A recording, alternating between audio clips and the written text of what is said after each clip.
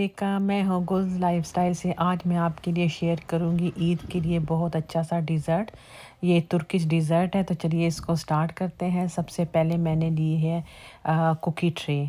आपने ले लेनी है कुकी ट्रे और उस पे ये मेरे पास श्रेडेड कोकोनट है, कोकोनट का पाउडर। ये आपने बिछा देना है सारा, तो कोई भी जगह खाली ना रहे। अच्छी तरह से आपने इस पे बिछा देना जब हम इस पे लिक्विड डालेंगे, ताकि लिक्विड जो है वो चिपके नहीं। तो मैंने लिया है दूध।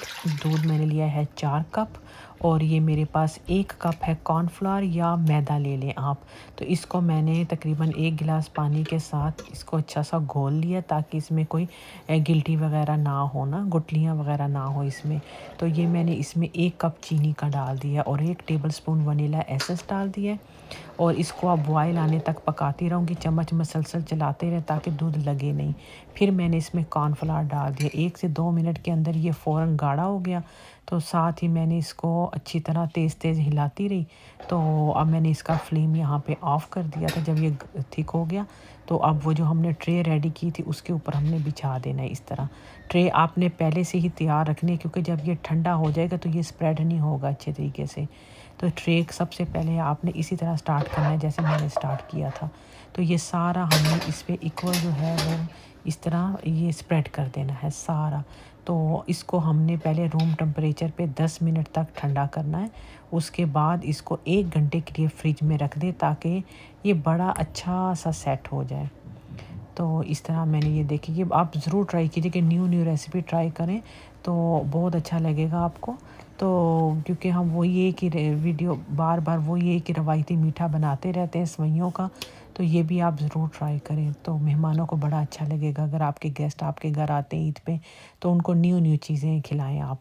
तो अभी मैंने क्रीम बीट कर ली है। मैंने तकरीबन 1 कप व्हिप क्रीम ली है और उसको थोड़ा-सा बीट किया। जब थोड़ी सी बीट होगी तो उसमें मैंने 2 टेबलस्पून पाउडर शुगर डाल दिए, क्योंकि शुगर से बड़ी अच्छी क्रीम बीट होती है।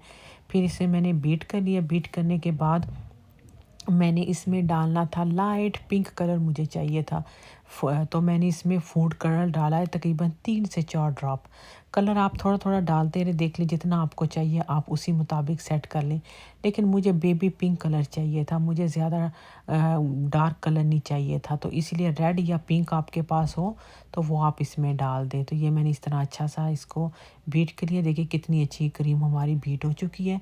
और ये जो हमने मिक्सचर कॉर्नफ्लोर का बना के फ्रिज में रखा था, ये देखें कितना अच्छा सा सेट हो गया है। तो इसके ऊपर ये मैंने क्रीम डाल देनी है।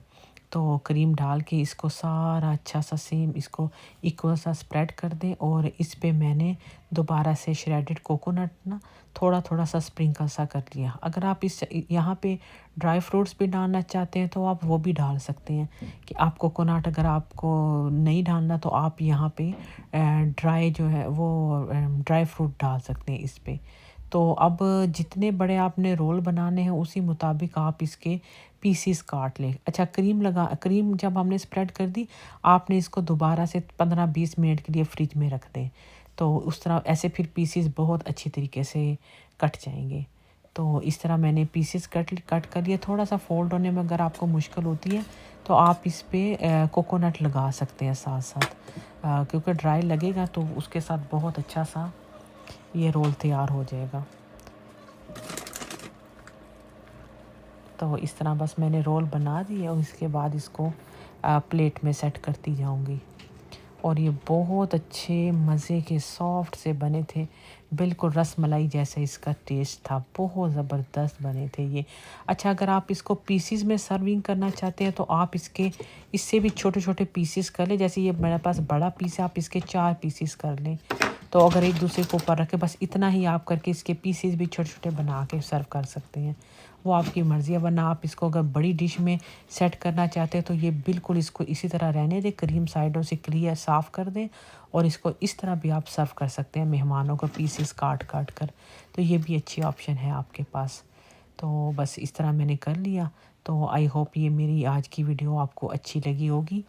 तो आपने इसको अपने फैमिली फ्रेंड्स सबके साथ शेयर भी करना है, और इस मेरे चैनल को आपने सब्सक्राइब भी करना है। आगे मैं इंशाल्लाह ईद के करीब शीर खुरमा भी लेकर आ रही हूँ, आपने वो भी ज़रूर देखना है।